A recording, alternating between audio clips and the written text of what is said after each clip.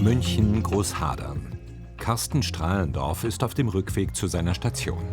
Christoph heißt sein Hubschrauber, benannt nach dem heiligen Christophorus, einem der 14 Nothelfer.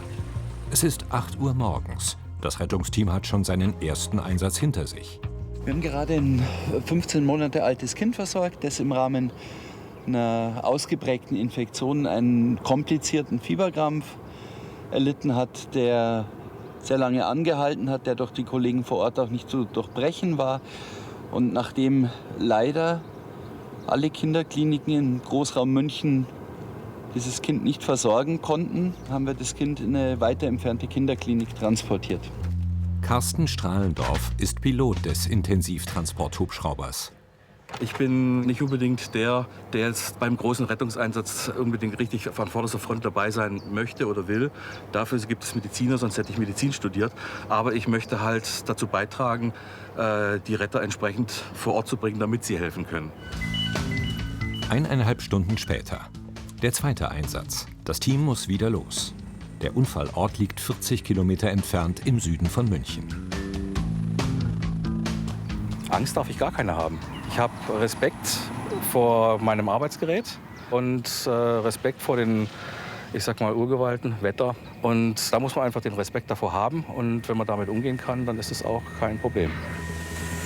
In etwa 20 Minuten sind die Helfer vor Ort. Der Pilot macht die Trage bereit. In einem Bauernhof ist ein 9-jähriger Bub verunglückt. Bei einem Schulausflug. Aus 3 Metern Höhe ist er auf einen harten Holzboden gestürzt, hat sich Schlüsselbein und Oberarm verletzt. Schon wieder ein Kind als Patient. Solche Einsätze hinterlassen auch beim Notarzt Spuren.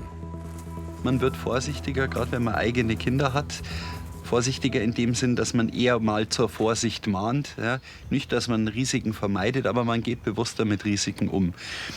Das ist das eine. Das andere ist natürlich, dass es einem schon hilft zu kontrastieren, wie bedeutungsvoll die eigenen Sorgen und Nöte manchmal wirklich sind im Vergleich zu den Schicksalen, die andere erleiden. Wieder ist in den Kinderkliniken kein Bett frei. Der Pilot fliegt den Bub nach Großhadern. Dr. Bayer kann nicht ausschließen, dass auch bedrohliche innere Verletzungen vorliegen.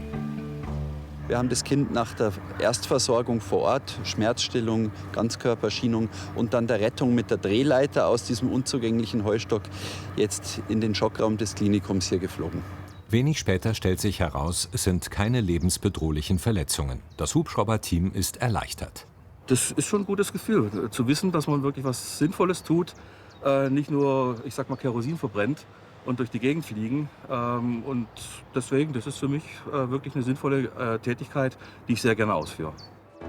Es bleibt nicht viel Zeit zum Durchschnaufen. Der Hubschrauber muss wieder startklar gemacht werden. In vielen Trainingseinheiten hat der Pilot gelernt, mit Extremsituationen, mit Anspannung und Entspannung umzugehen. Ich bin der Auffassung, dass es eine höhere Macht gibt.